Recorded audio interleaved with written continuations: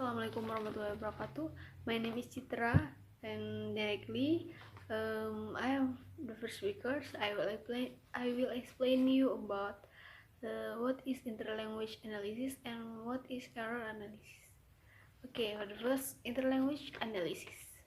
Interlanguage theory is a naturally, constantly and evolving theory, having changed considerably since its initial formulation.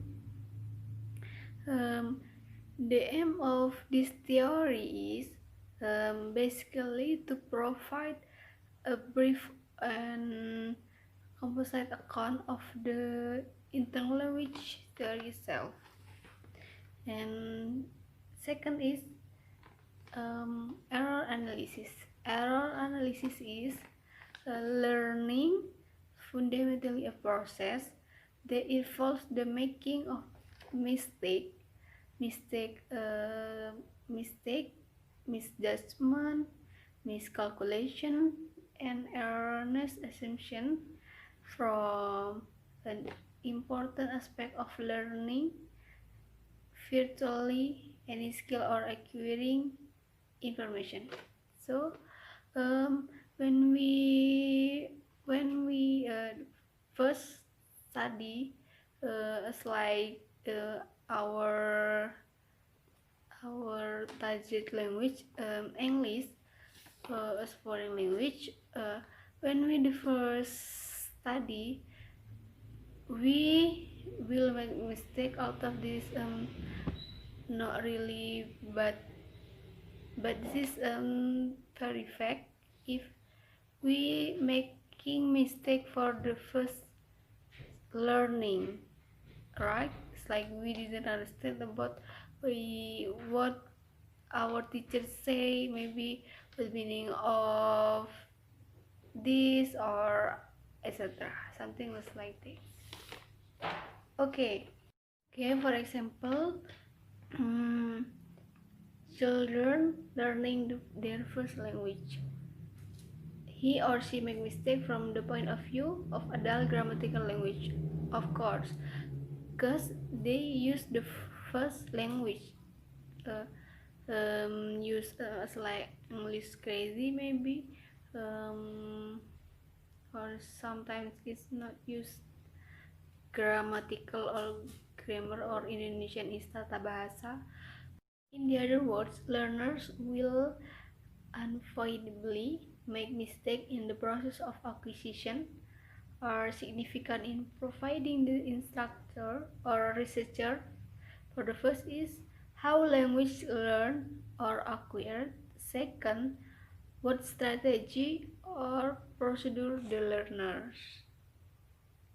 So children learn slowly but surely to produce what is acceptable speech in their native language. But in fact, second language learning is a process and clearly not unlike first language. Of course, because in second language or they will understand what they say, and this is right or not. Okay, next there is 3 sets of U-turns which can be psychologically related data of L2 or second language learning. For the first is U-turn in the learner's empty produced by the learners. So it means that the student or the learners use the mother tongue language for the conversation.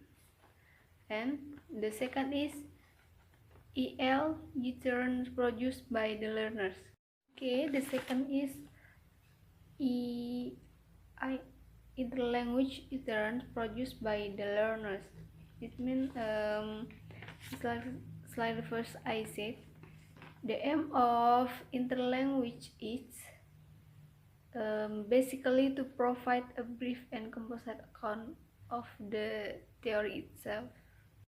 Okay, the last is target language or foreign language content produced by native language speaker of that.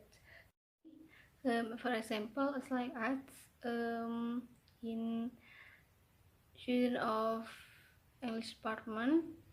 Um, our target of language or target learning language is as foreign language is English, right? So produced by native English itself. Thank Assalamualaikum you. warahmatullahi wabarakatuh. I'm Novi Uyun.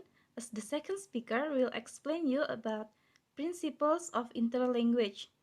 Here, there are 5 principles of interlanguage. The first is overgeneralization. Overgeneralization involves learners extending the application of a rule in second language. The meaning of overgeneralization itself is the process of extending the application of rule to items that exclude from it in the language norm. It means that overgeneralization is the application of grammatical rule in cases where it doesn't apply. The term of overgeneralization most often used in language acquisition by children. For example, a young child may say foods instead of feet. And for the other example is they also can say gut instead of gus. Second is learning strategies. Learning strategies consist of learners adopting different learning approaches. Learning strategies is the term referring to the process and action that are consciously used by language learner to help the learners to learn or use language more effectively. So the goal of learning strategies is to help language learners to learn language and use language more effectively. And the third is language transfer. Language transfer involves learners using their knowledge of first language to understand or produce meaning second language.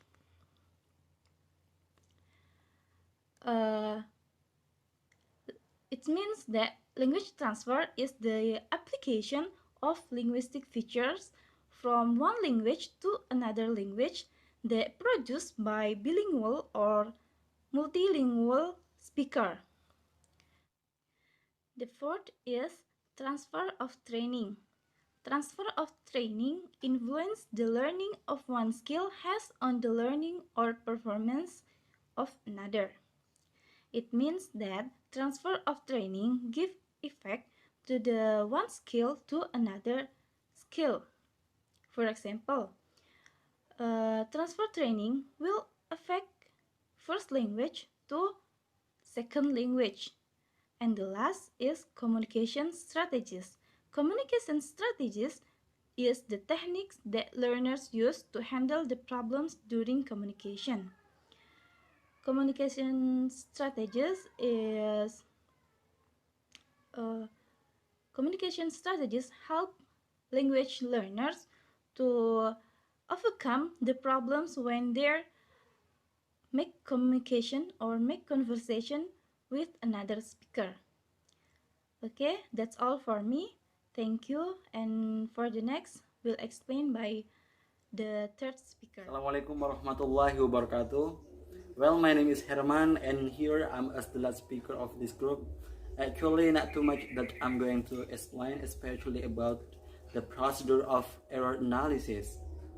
Error analysis here, according to linguistic coder, there are 5 types of error analysis.